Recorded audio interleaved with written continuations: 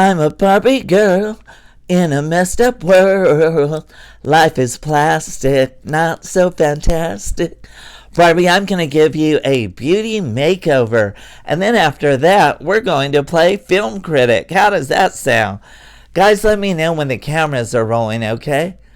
They're already rolling. What? Oh my gosh.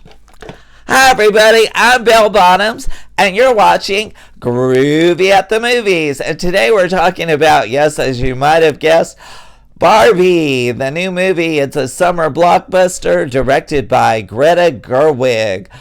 This movie has caused a lot of controversy, and you all might be surprised by what I have to say about it. So, before we get started, please be sure to like, share, and subscribe. And let's talk about Barbie. What did I think of this film?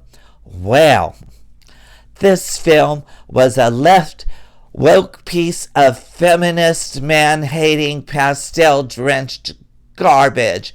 It was just filth from beginning to end. Clearly, this was stolen from the book of Genesis, as you can see how the character of Weird Barbie was wearing snakeskin boots and tempted Barbie into going into the outside world to pursue knowledge. Yes, this film is evil and must be destroyed. Also, this movie is the best movie of the summer. It was literally life-changing. I think everyone involved in it should get Academy Awards, is what some people have said about this movie. I have this to say. Calm your tits, everybody. It's a movie about a doll. Okay? Calm down. Calm down, people. All right. So, what is Barbie about? Okay, so brief plot synopsis. The film starts out giving us this Robert Altman 2001 Space Odyssey tease. It's kind of like a bunch of kids are sitting around playing with baby dolls when all of a sudden the monolithic figure of Barbie shows up. The children proceed to smash their baby dolls in various violent ways, and then fall in love with the monolithic Barbie. Okay, some critics have said that this is showing an attack on parenthood. I didn't actually get that from that. I thought that maybe what they were trying to say here was that at some point children outgrow baby dolls and want something that's a little closer to their own reality and experience, and thus that. But some moms are feeling quite pressed about that scene. At any rate, moving along, we go into Barbieland. Yes, Barbieland is actually quite beautiful. As I said, it's drenched in pastels. It's gorgeous. The set design is quite lovely all over the place. I think that they did a really good job of capturing the essence and nostalgia of Barbies for people all over the world through different time periods. The Barbieland is multicultural. It's very diverse. There's all kinds of Barbies, which I find a little bit ironic because I am old enough to remember when Barbie, the Mattel company in general, took a lot of criticism because the Barbies were not representative of every faction or type of child out there. Since then, I think they've made great strides in trying to provide a wide variety of Barbies for people of every background. This Barbie in particular is just lovely. It's one of my favorites. I keep it always near my heart. Okay, getting back to the movie. We are in Barbieland. As I said, it is that just gorgeous landscape. Who wouldn't want to live there? It looks gorgeous. All of the Barbies in this movie are this society is actually a matriarchy. So all of the Barbies in this land have professional jobs. They are doctors, lawyers, judges, what have you.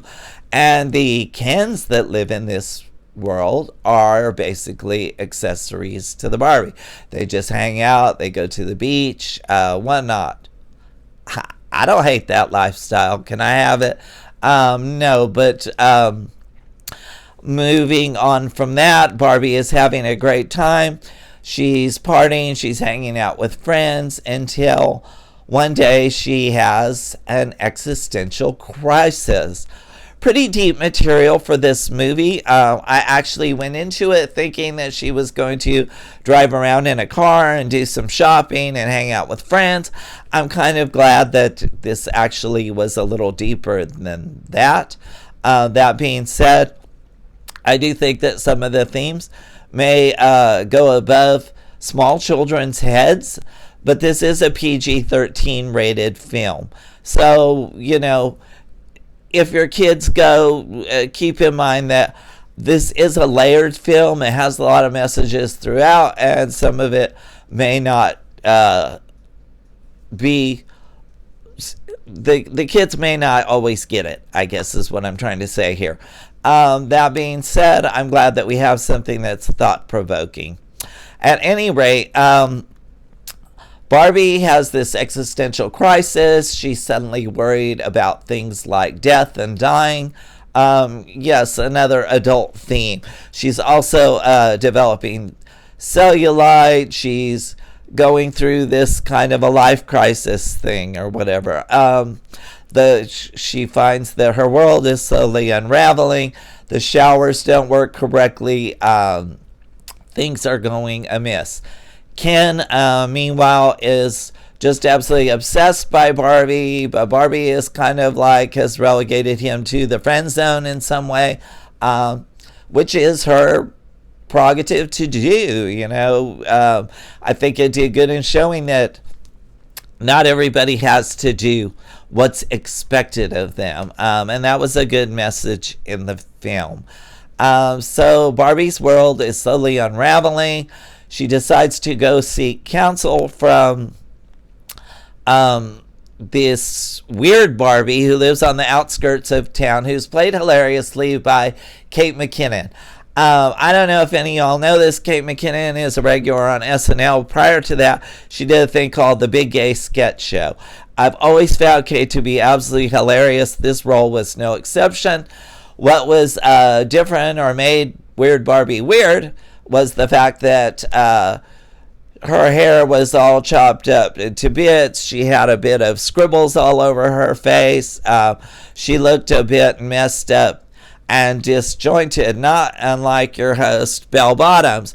You know, but what the explanation was given was that whoever owned her on the outside world had did these things to the Barbie.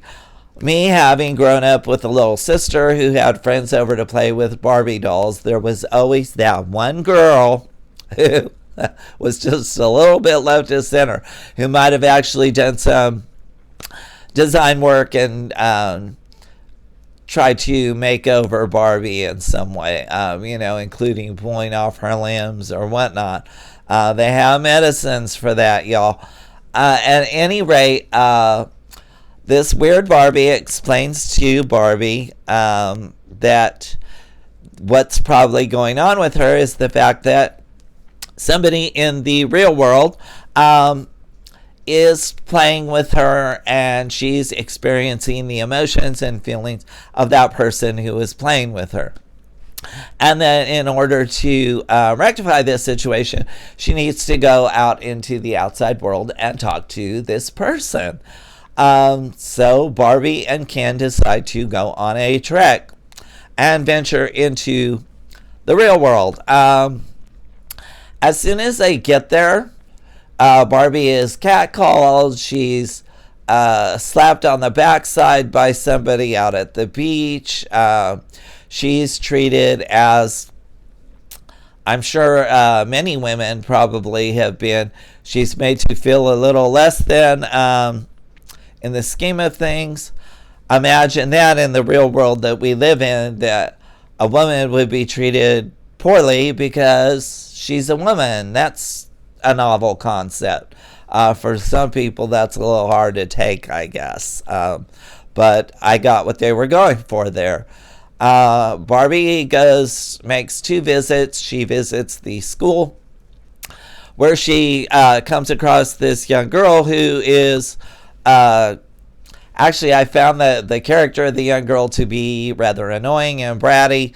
Sometimes I feel like Hollywood, when they get together in the boardroom, who knows how many people it took to make this movie. You know, Mattel had to be involved, and all these teams of producers and whatnot that probably decided that this is what and how a teenager acts like. I don't know, but she came across as a little bratty and abrasive to me. Her mother was played by America Ferrera, who many of you may know from Ugly Betty. And America works for the Mattel Corporation, which was one of Barbie's other stops on her journey. The Mattel Corporation in this real world is run entirely by men, led by Will Ferrell. Will Ferrell was doing his usual man-child shtick. I found it to be a little grating. Will Ferrell's hit and miss for me. Sometimes he's really funny, sometimes he's not. In this instance, I thought that there were 2 stories going on. There was one, it turned out that America Ferrera actually was the one who was playing with Barbie and not the child. So all of the feelings and emotions, the worries about death, about being in midlife, about being a woman, trying to find her place in the world, all those were coming through from America Ferrera's character and not the child's or whatever. So you have that. The Mattel Corporation, meanwhile, wants to put Barbie back in Barbieland as soon as possible because somehow that's going to, if she stays, it's going to upset the balance of how things work. The kind of thing about putting a woman in a box was not lost on me. Barbie doesn't want to do that. She escapes several times. And meanwhile, Ken has decided he's been out in the real world. He's found out what the patriarchy is like, and he's decided that he really enjoys that. And comes back and brings that back to Barbieland, where he becomes almost like a dictator, and has brainwashed the Barbies and the other Kens into believing that this new society, as a patriarchy, male-dominated, is the way to go. Barbie returns sometime later and finds that everything has just gone full tilt in Barbieland. And she has brought back America Ferrera's character as well as her daughter. America Ferrera, I should say, in this movie gives a monologue that in the movie theater that I watched it at, the women who were there were just applauding, even some of the men, and some people were brought to tears by it. I did think it was emotional and moving, but I did think there were quite a few little monologues or message moments, maybe almost too many. Subtlety is not the name of the game in this film. But Barbie has to figure out what to do now that Barbieland has been thrown into this new order. And so she gets together all the other Barbies. They unbrainwash them. They decide that the only way to stop there's going to be an election where Ken is going to vote to change or remove the current constitution that they have.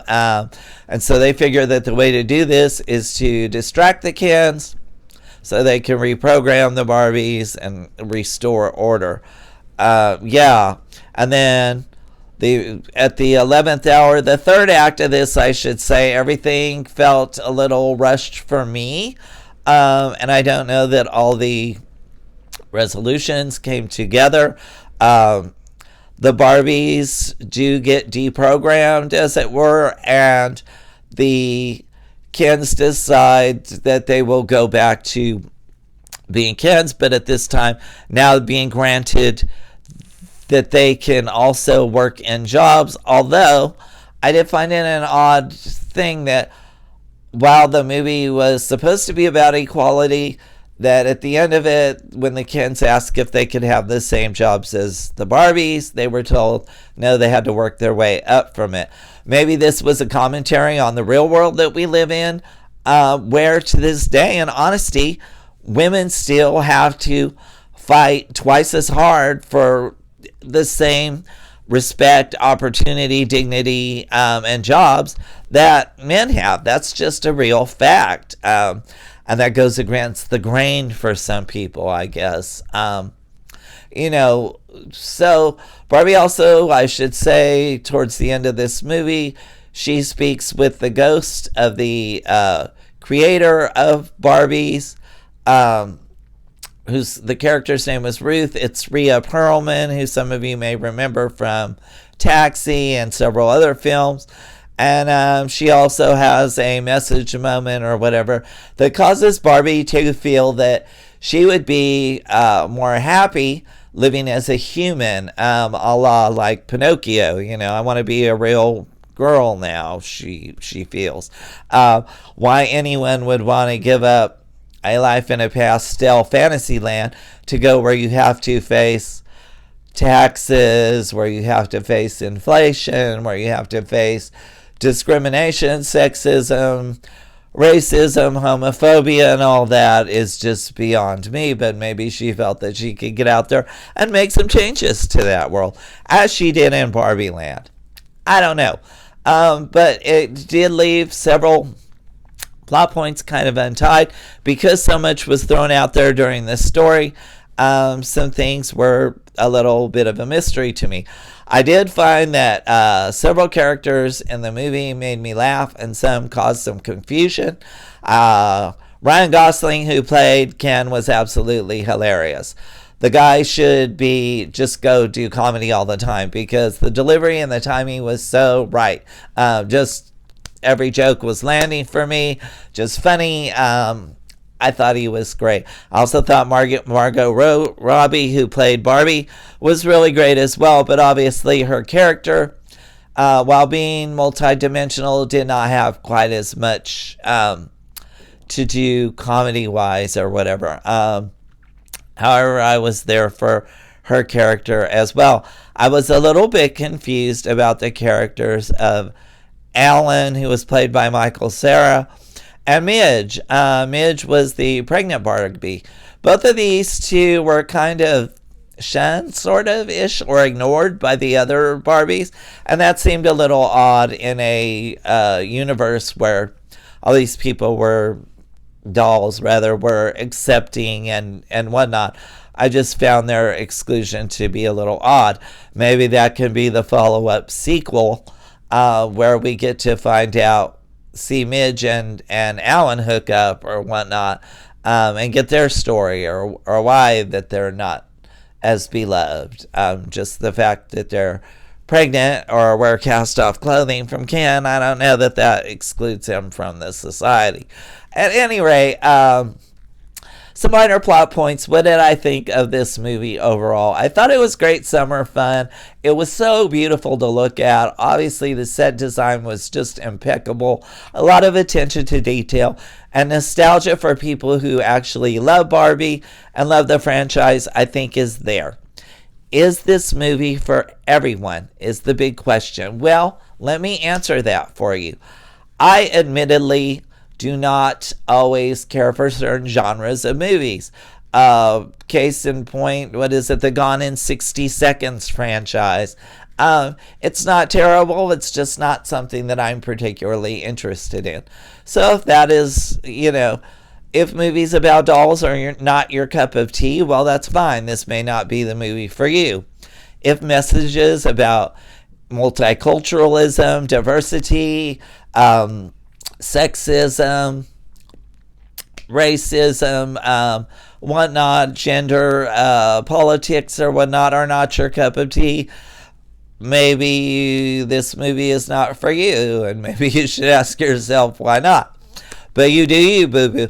Also, this movie may not be for small children. Not that there's anything particularly objectionable about the subject matter. I did find one or two of the jokes a little adult themed, some double entendres going on, but it's PG-13, so I think it's for parents to make their own decisions. And I think that older teenagers and young women will actually find a lot to enjoy about this movie. And even some guys out there. I've heard some guys say that they love this movie. So there you have it. What else can I say about this? It has stirred up a lot of controversy. Even politicians have chimed in and said that there was secret communist messages in it from China. And people have said that it was this and it was that and it was this. I say go see it for yourself and make up your own mind. I just found it to be an entertaining summer watch because the third act did seem a little rushed and some of the plot points maybe not as resolved as I'd like. I ended up giving it a solid B. But grab your popcorn and head out. I will also say if I don't hear the words Mattel, matriarchy, or patriarchy anytime soon, I'm good with that. I get it. They're trying to sell dolls, and Mattel was very smart in their marketing in this. They were very smart in content in the film. You got to see new clothes. You got to see commercials for some Barbies. So obviously, given by the first week's grosses at least, it looks like they're going to be crying all the way to the bank. So, what can I say? Come on, Barbie. Let's go party. Oh.